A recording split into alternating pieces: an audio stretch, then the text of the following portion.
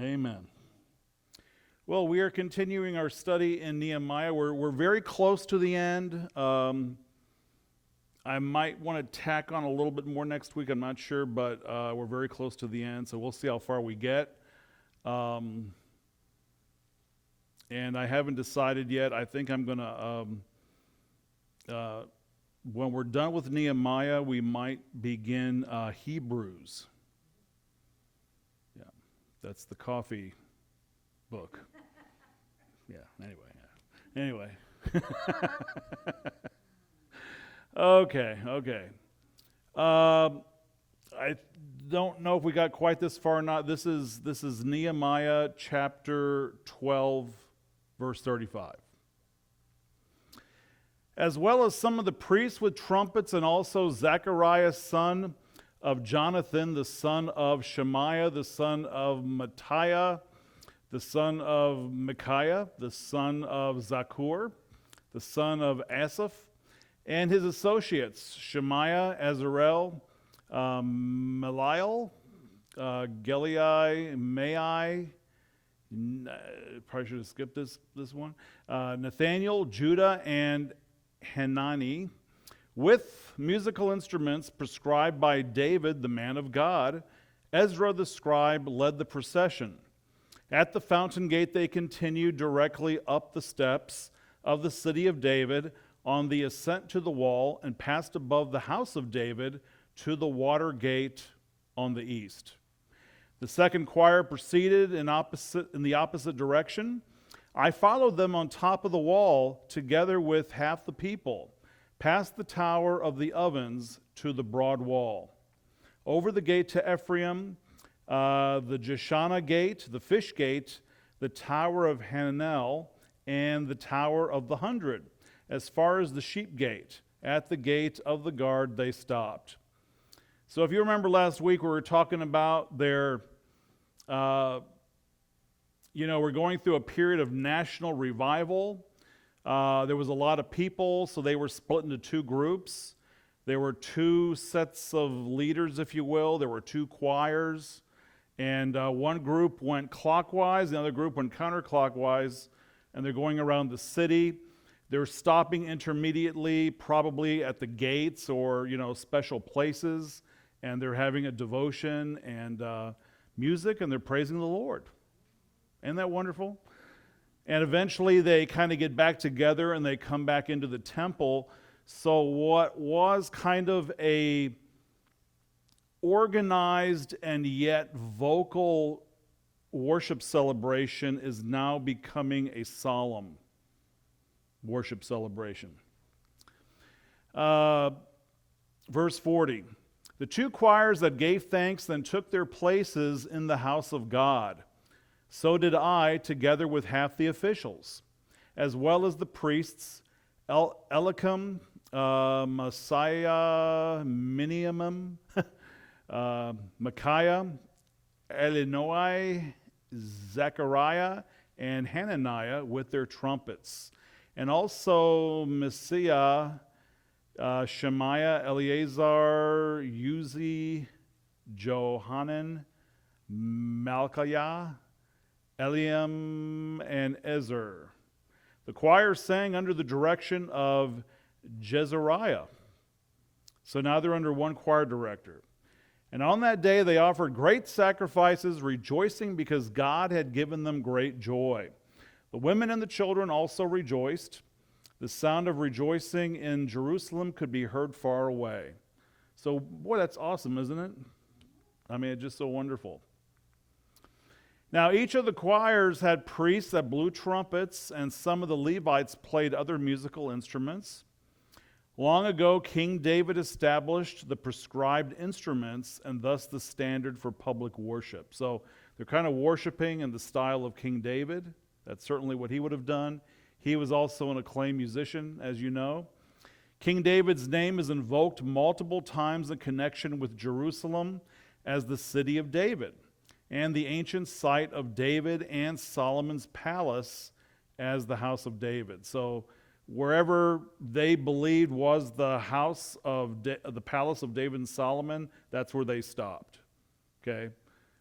Did they know which building it was or the ruins or, don't know exactly how much they knew, but they stopped there and they acknowledged it. The word choir literally translates to thanksgiving choir, but once they entered the temple area in an orderly manner, the ceremony became truly solemn. Beginning in verse 44, at that time men were appointed to be in charge of the storerooms for the contributions, first fruits and tithes. From the fields around the town they were to bring into the storerooms the portions required by the law for the priests and the Levites, for Judah was pleased with the ministering priests and Levites. They performed the service of their God and the service of purification, as did also the singers and gatekeepers, according to the commands of David and his son Solomon. For long ago in the days of David and Asaph, there had been directors for the singers and for the songs of praise and thanksgiving to God. So in the days of Zerubbabel and of Nehemiah, all Israel contributed the daily portions for the singers and gatekeepers. They also set aside the portion for the other Levites, and the Levites set aside the portion for the descendants of Aaron. Okay, so Nehemiah was never really able to fully vanquish his enemies, because when you do vanquish all your enemies, you're going to have a whole new set of enemies to cause you problems all over again, right? Nehemiah continued to deal with constant scrutiny, and his integrity and commitment was always put to the test. So, they never let up on the guy, never did. Nehemiah also had to deal with the demands of time, energy, and resources. Many leaders today are tempted by instant gratification, but that can lead to a misuse of power. So, we live in a day where we want to take the happy pill, and we want to take the energy pill, and we want to take all the easy way out to everything. But that comes with consequence, doesn't it? Aside from dedicating the wall, the issue of false priests had finally been settled, those that were not in the genealogical lines of Aaron and Levi.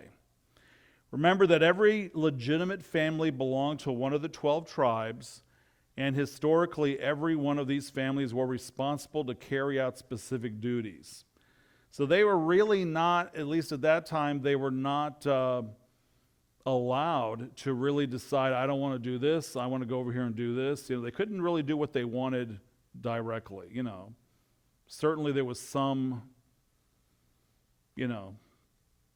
choice in the matter to a degree, but generally speaking, if you decided that you wanted to be a priest, you couldn't just go there and become a priest, So Nehemiah literally cast out the illegitimate, corrupt priests and their possessions. He then had their chambers washed and cleansed. So he kicked them out, threw their junk out, and sanitized their quarters. That's kind of interesting, isn't it, if you think about it? Yeah. I mean, to me, it is symbolic, but there's a little more. I think there's more to it than that. We're dealing with the house of God, and here you have people under the false identity, pretending they're priests, and doing whatever they're doing, and what they're doing is they're mocking God. They're mocking His system, and so I can kind of see that it's a serious matter. Nehemiah and others had the temple storehouses restocked, the temple vessels refabricated, and the temple frankincense replenished. So everything had to be brought back up to par. It had been run down for so long. So all the leaders were set in their place. Nehemiah made sure that all work and business was stopped on the Sabbath. All the city gates were shut on the Sabbath. In other words, no one could go in or no one could go out. The gates were closed and locked. And watchmen on the wall were in position to provide safety on the Sabbath. Levites ceremonially cleansed themselves. The theme of chapter 12 is joy. The The people of Judah were pleased and cheerfully contributed their offerings to support the priests and Levites. That's the way it's supposed to be, right? People should be joyful.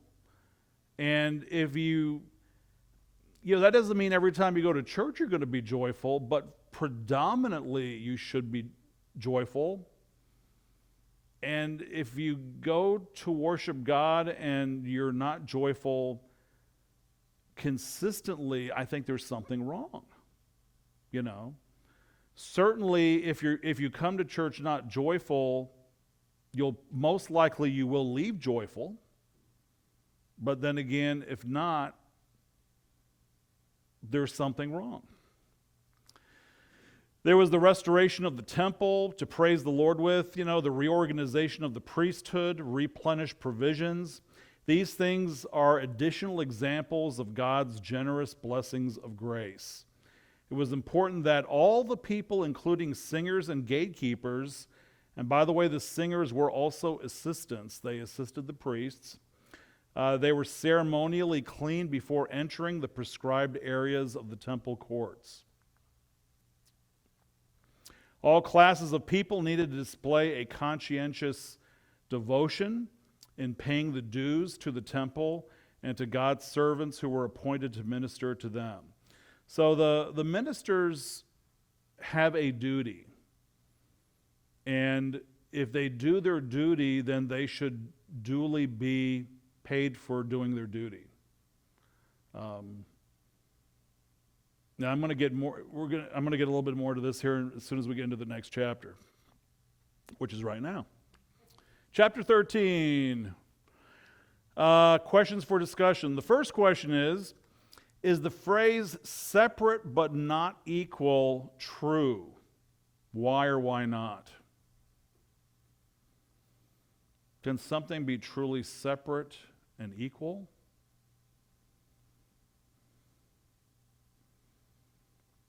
That kind of reminds us of the days of the 60s with a lot of the integration going on. A lot of people said you cannot have separation and equality at the same time. Or is it one of those weird things you never think about? I'll give you a perfect example. A lot of churches, if let's say they're doing very well, and they've got a lot of people coming for Sunday, and so a decision is made to go to 2 services. And a lot of churches do that, especially like they'll do that during the winter when they have, maybe the snowbirds coming. They'll go to 2 services. Then for the summer, they go back to 1. So you go to 2 services, but I'm telling you right now, you're going to always run into major problems if you do that. Yeah, I can already see some nodding going on there. It's always problematic to go to 2 services for a lot of reasons. One reason, you're creating, in a way, 2 churches inside of one. And so you're creating a wall of separation. And the thing is, if you do have 2 services, both those services need to be exactly the same or totally different. Because what will happen is one group will feel alienated or cheated from the other group. They'll say, well, the preacher's tired when he does our sermon. It's not as good, or he does it shorter, or, we don't have enough deacons to do communion on the second service, or, there's always complaining. There's always problems. And the only way to avoid that is to have 2 services exactly the same, or they have to be completely different. For example, doing a traditional service and a contemporary service. Yes? Another thing about that, too, is that you get into that, you have to almost divide your deacons up, too, and say, look, somebody's got to come to the 8 o'clock service and present them, and somebody's got to get to the 10:30, 10:45 service. Yeah. They need to hear both things of what they want to do when you go to your general meeting. Yeah. They have to be represented. So now you've split your deacons in half, too. Yeah, and they're tired. And why should I go there when he don't have to go there?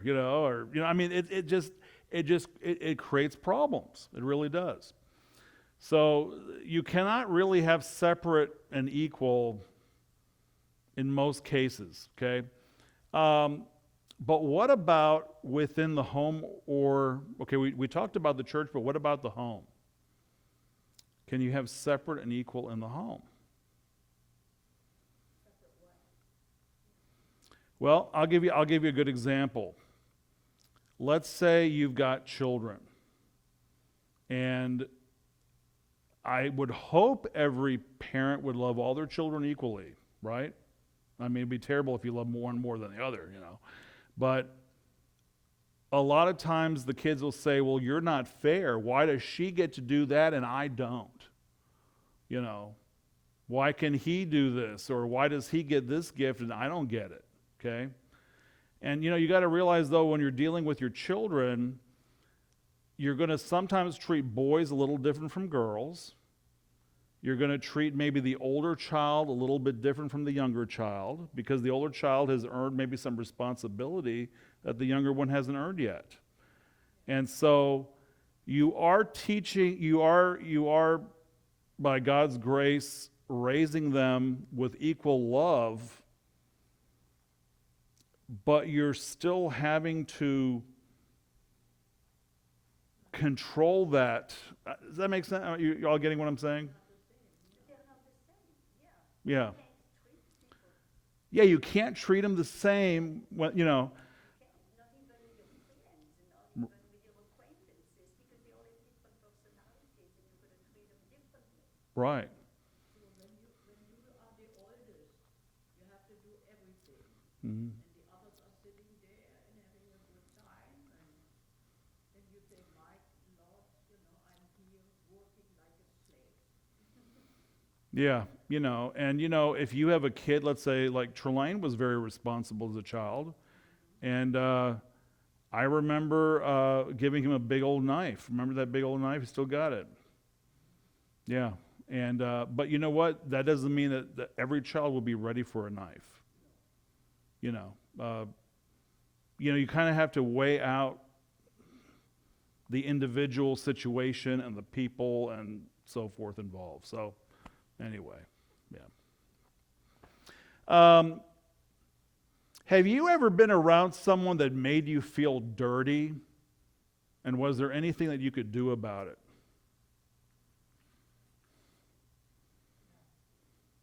No? I'll tell you, when I feel dirty is when I'm traveling and I got to go into a public restroom. And, you're in that... well, maybe it's different, maybe it's not different. But, you go into the welcome center there, and it's nasty, and when you get out, you feel dirty. But it says on there, have you ever been around someone? Yeah, well, I'm narrowing my examples down. You never felt, yeah. I remember, obviously I'm not going to mention names, especially since I'm being recorded. But I remember I went to go visit someone in the hospital, and this was just a very, very yucky person. But it was my duty as the pastor. I had to go visit that person in the hospital. And I can remember this guy making me sit down. I was just going to pray with him and leave. Oh, sit down. And then he says, oh, did I show you my scar? I'm like, no. And, the guy has to show me his scar, and when I got home, I said to my wife, I took my suit off because it was on a Sunday. I'll never forget. I still had my suit on. I took my suit off. I said, this has to be dry cleaned. I can't wear that until it's cleaned.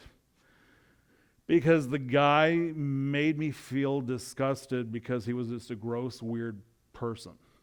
Okay? And yes. Anything says the word dirty, you should be uncomfortable. Well, I felt dirty. Yeah, think back now what Nehemiah is doing, whether he's doing it symbolically, or maybe there's a little bit more to it than not. But notice, he's having these false priests thrown out. He's having everything sanitized. Because that's the house of God. That's sanctified for the use of God and not for malicious purposes, okay? And we're going to see some malicious purposes coming up here in this chapter, okay? Why is it when the cat's away, the mice will play?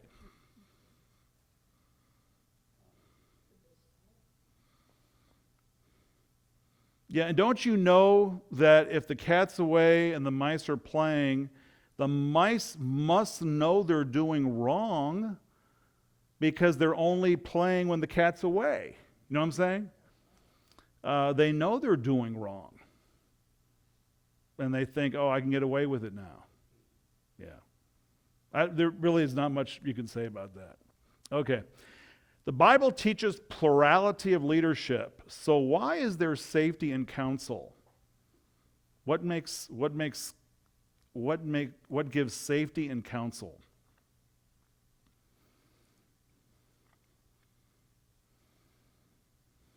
They have a mentor or somebody that might have more experience or knowledge than the person seeking the counsel.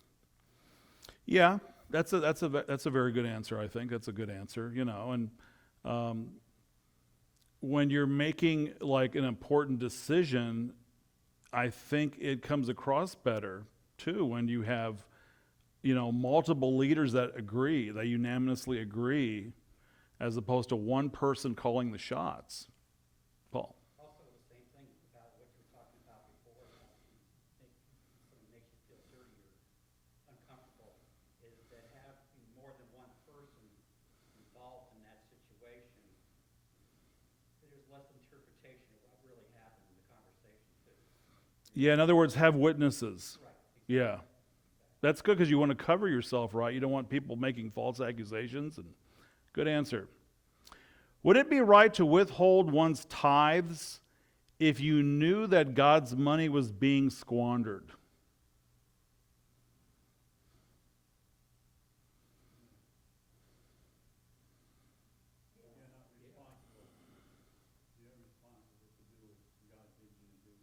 Even if you know they're blowing the money away? I don't think so. That's not God's will. That's not God's will. He'll deal with it. Yeah, he will deal with it, but if you know, now if you don't know, that's different. Yeah, if you don't know. But if those people are squandering it, God's going to punish them. Oh, yeah, he will. I'm still giving my tithe to the church. Right, because that's his command to you.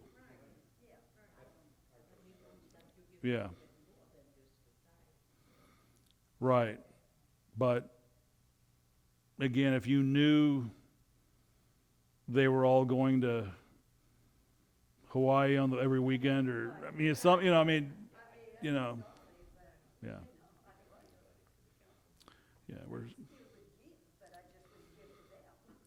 Yeah, yeah. And the thing is too, it's, God's system is to give through his church. Because Jesus said, I will build my church and the gates of hell will not prevail against it. So that is God's system for giving to him. I knew that would be a little bit of a tough one right there. What does it mean to desecrate? To make dirty, yeah. Yeah. Yeah. Yeah. Very, very good. Yeah, I got a definition down here. To desecrate means to turn something that is sacred into something that is common. And one way of doing that is through common use. Common use, yeah. So I think that's why they had to remake all the utensils in the tabernacle, right, in the temple, because they were desecrated and now they're considered unclean. So you can't really throw them in bleach and wipe them off. I mean, you really have to re-smelt them and fabricate them and make them, and so yeah. All right, Nehemiah 13, beginning in verse 1. On that day, the book of Moses was read aloud in the hearing of the people. And there it was found written that no Amorite or Moabite should be admitted should ever be admitted into the assembly of God. Because they had not met the Israelites with food and water, but had hired Balaam to call a curse down on them, our God, however, turned the curse into a blessing. When the people heard this law, they excluded from Israel all who were of foreign descent. So here we see how the Word of God is powerful and cuts like a two-edged sword, convicting us of our sins. Generally speaking, those that heed God's warnings will be blessed, and those that do not heed God's warnings will not be blessed, right? This event did not immediately follow the dedication of the city walls and gates, but after Nehemiah's return from the Persian court to Jerusalem. So this is probably one of the annual gatherings, perhaps with an emphasis on some violations of the law that required public correction. The Ammonites and the Moabites were singled out because many of the Israelites formerly had alliances and marriage relationships with them. They had also hired the prophet Balaam to pronounce a curse upon Israel. One interesting note is an Aramaic inscription was recovered at Deir Alah, east of the Jordan River, just north of the Jabbok River. It dates from the 16th century BC and refers to Balaam. So here's an extra canonical source that's referring to Balaam. So he was a real historical guy, right? Which we knew that anyway. Therefore, they were not permitted to be incorporated into the commonwealth of Israel. Remember that Nehemiah's violent enemy Tobiah was an Ammonite and an arch enemy of Israel. It was sacrilege for Elishib, the high priest, to have allied himself to Tobiah through marriage, especially because a religious leader should have set the example. So here you got the high priest who's now buddy family members with this Ammonite. During Nehemiah's long absence from Jerusalem while in Persia, Elishib, the high priest, had dividing walls removed at the temple, and he cleared out temple treasure. And I'll continue that in a moment. Okay, verse 4. Before this, Elishib, the high priest, had been put in charge of the storerooms of the house of our God. He was closely associated with Tobiah. And he had provided him with a large room formerly used to store the grain offerings and incense and temple articles, and also the tithes of grain, new wine, and oil prescribed for the Levites, singers, and gatekeepers, as well as the contributions for the priests. But while all this was going on, I was not in Jerusalem. For in the 32nd year of Artaxerxes, king of Babylon, I had returned to the king.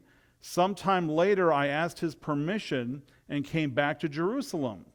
Here I learned about the evil thing Elishib had done in providing Tobiah a room in the courts of the house of God. I was greatly displeased and threw all Tobiah's household goods out of the room. I gave orders to purify the rooms, and then I put back into them the equipment of the house of God with the grain offerings and the incense.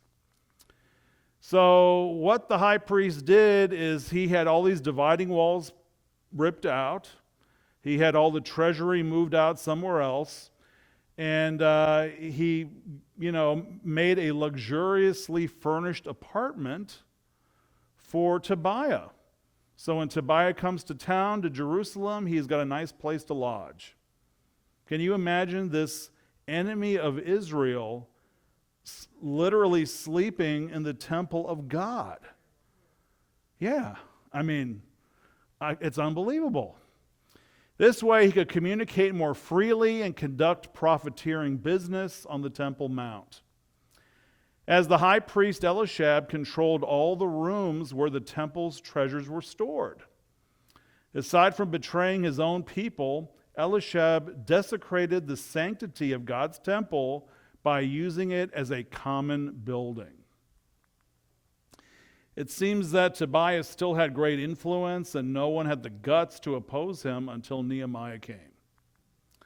Apparently, when Nehemiah returned from Persia, he had all Tobiah's things thrown out. He had the chambers restored, cleansed, and put back to their proper use. So, yes. What did he do to the priest?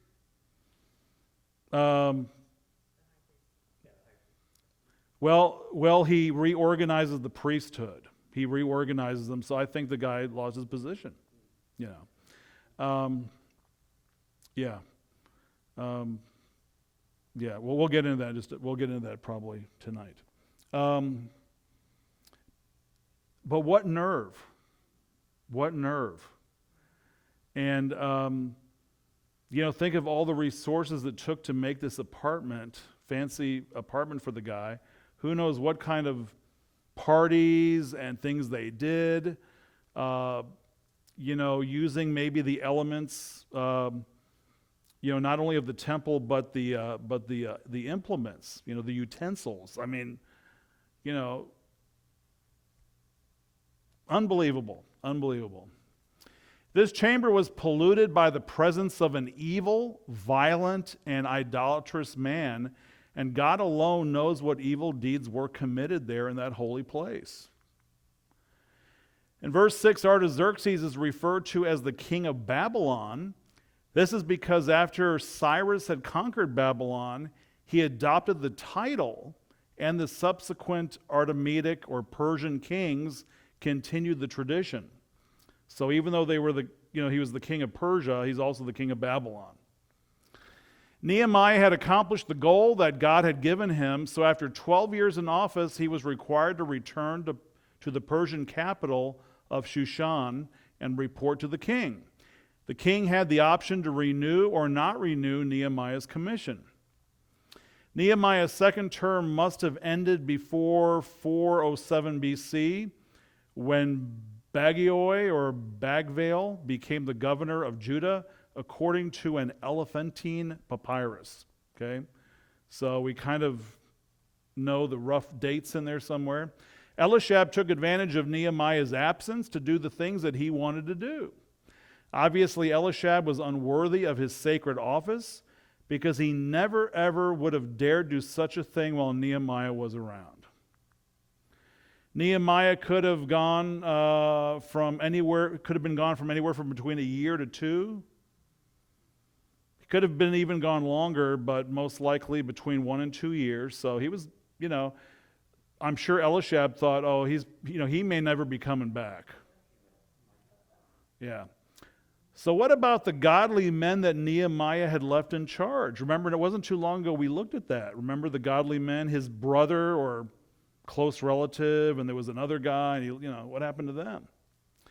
Well, just to give you an example, when Ezra was displeased, he would sit down and weep in disgust, whereas Nehemiah would express his anger by taking action, reminiscent of Jesus expelling the money changers from the temple. So yeah, Nehemiah cracked that whip. What do y'all think about that? I mean, we're dealing with a different time period, obviously. We're not going to go around with a whip and start whipping people. But sometimes I think people need to be whipped. That's just me now. Yeah. When you look at some of the foolishness we see on the news, man, I'll tell you what. I just say, thank God I'm not the president, because I would be like some evil dude, man, I'll tell you. When I see people going nuts like that, man, I would go nuts right back. I don't know. But anyway. So yeah, Nehemiah, and I haven't even told you what Nehemiah did yet. Verse 10, I also learned that the portions assigned to the Levites had not been given to them, and that all the Levites and singers responsible for the service had gone back to their own fields.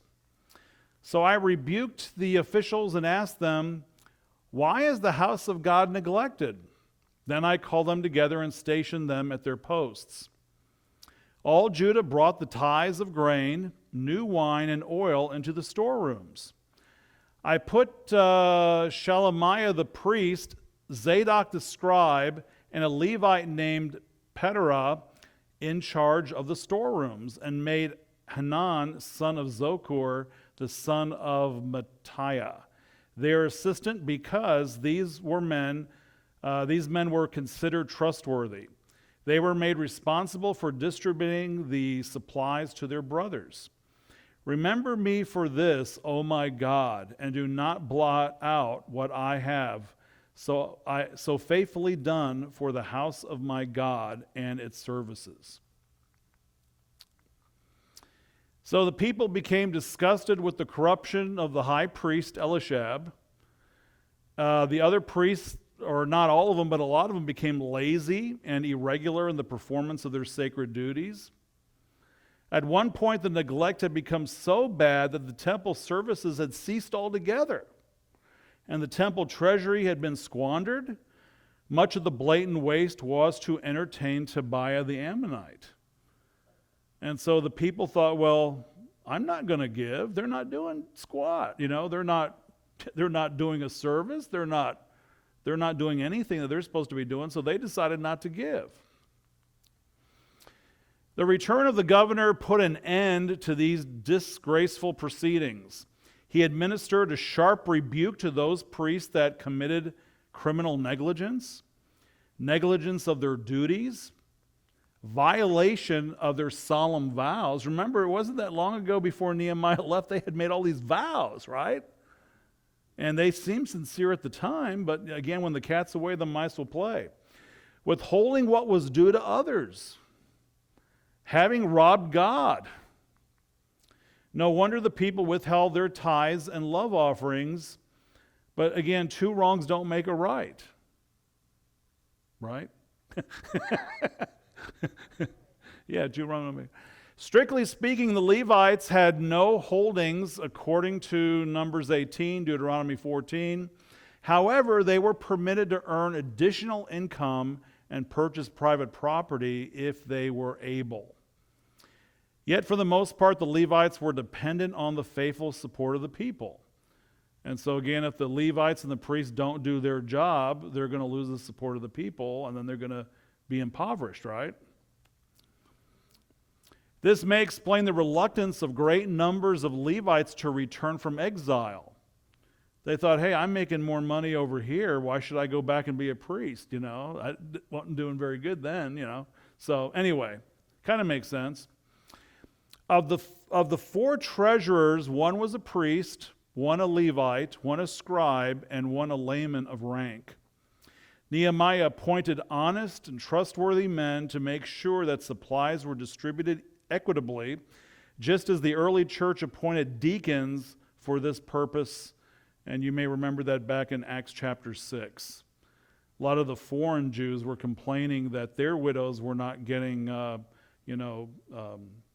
food rations, while the widows that were residents of Jerusalem were getting something, the other ones were not. And so I like the way they handled it. They said, well, you all select 7 men that you believe are good men. You all select them, okay? And so the people voted in 7 men, and then those 7 men were the ones that were approved and ordained by the apostles, right?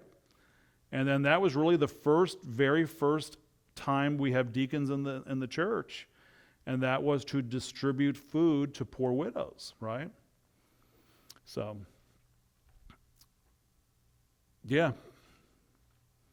Verse 15, in those days I saw men in Judah treading wine presses on the Sabbath and bringing in grain and loading it on donkeys, together with wine, grapes, figs, and all other kinds of loads. And they were bringing all this into Jerusalem on the Sabbath. Therefore I warned them against selling food on that day. Men from Tyre who lived in Jerusalem were bringing in fish and all kinds of merchandise and selling them in Jerusalem on the Sabbath to the people of Judah. I rebuked the nobles of Judah and said to them, what is this wicked thing you are doing, desecrating the Sabbath day? Didn't your forefathers do the same things so that our God brought all this calamity upon us and upon this city? Now you are stirring up more wrath against Israel by desecrating the Sabbath. So like father, like son, right? They're just doing the same things that it must be human nature, right? Human sin nature. When evening shadows fell on the gates of Jerusalem before the Sabbath, I ordered the doors to be shut and not open until the Sabbath was over. I stationed some of my own men at the gates so that no load could be brought in on the Sabbath day. Once or twice the merchants and sellers of all kinds of goods spent the night outside Jerusalem. But I warned them and said, "Why do you spend the night by the wall? If you do this again, I will lay hands on you." From that time on, they no longer came on the Sabbath. I'm going to lay hands on you. That doesn't mean in a nice, prayerful, no, that doesn't mean that at all, does it? When I commanded the Levites to purify themselves and go and guard the gates in order to keep the Sabbath day holy, remember me for this also, O my God, and show mercy to me according to your great love. So I thought that might look like a little bit like a wall reflecting the sunset, where the gates are closed. And the temptation to violate the Sabbath rest was especially characteristic of non-Jewish merchants. But the priests abused their positions and canceled services. They were all guilty of doing stuff. This created an environment whereby many people chose to work and make money. Working the fields, making wine, fishing, wheeling and dealing their wares. And so, hey, why don't we make money, Most of the fish exported by the Tyrians was from the Sea of Galilee. It was usually dried, smoked, or salted. And, they're the ones who did a lot of the fishing and sold on the Sabbath. It was sold at the market near the fish gate and was an important part of the Israelites' diet according to that. So they ate a lot of fish. That's why when I went to Israel and everybody was eating the fish, I ordered the pizza. Yeah, I don't like fish. Yeah, I just don't like fish. Once again, Nehemiah took the decisive step in having the city gates closed and locked until the Sabbath had ended. The foreign merchants had to set up their booths outside the city walls in hopes of intercepting some traffic, but if the foreign merchants were to become violent, then the sentinels of the gates were instructed to use their discretion to protect the sanctification of the Sabbath. So, they were going to protect, their law, their way of life, their culture that God had initiated. Guarding the gates was a common job Sunday through Friday, but Nehemiah changed the job into a sacred duty on the Sabbath. Therefore, he instructed the Levites to cleanse themselves, in other words, ceremonial purification, and he assigned them to do the job. So he started putting Levites up there on the Sabbath. So that became part of really the religious duty of the priests to prevent commerce from being done on the Sabbath. Remember that Jerusalem was not only the judicatory of Israel, but it was also the holy city. So those that knowingly sinned or worked on the Sabbath displayed their contempt for both God and man. The poor worked and made money, and the nobles promoted it because they made money. But Nehemiah charged them with desecrating the Sabbath through their worldly employments, but he singled out the nobles because they were the leaders.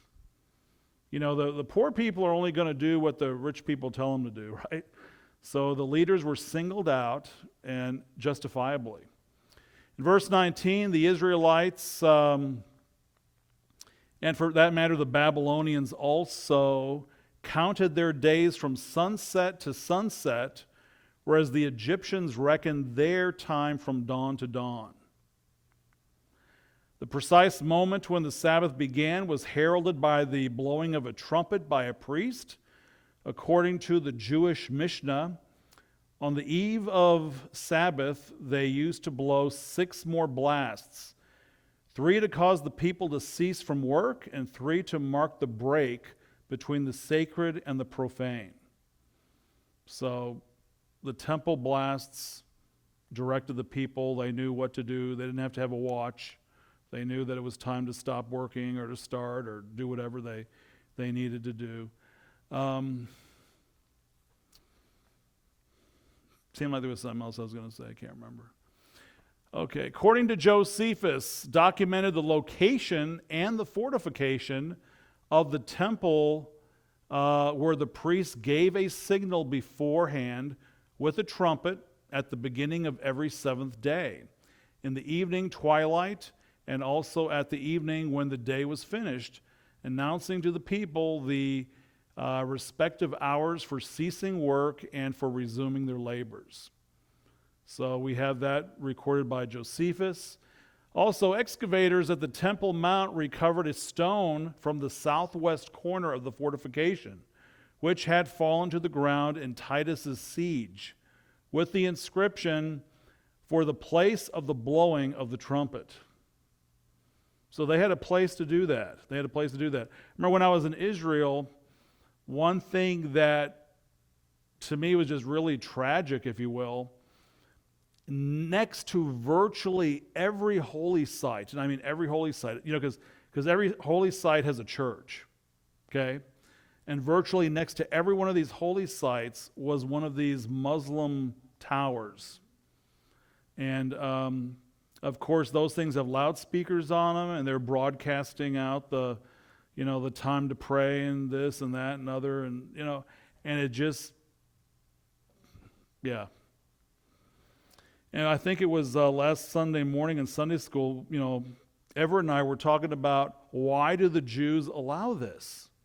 Why are they allowing it? Paul. Well, I mean, Jerusalem is really divided into 4 districts.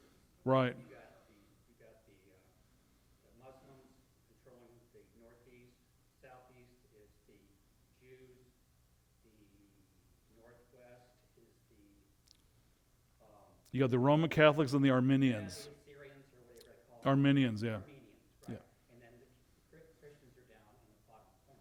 Yeah. So But it is but still, and the Muslims control the Temple Mount. exactly, and the gate. Yeah, and Only one gate that non-Muslim can go through. okay.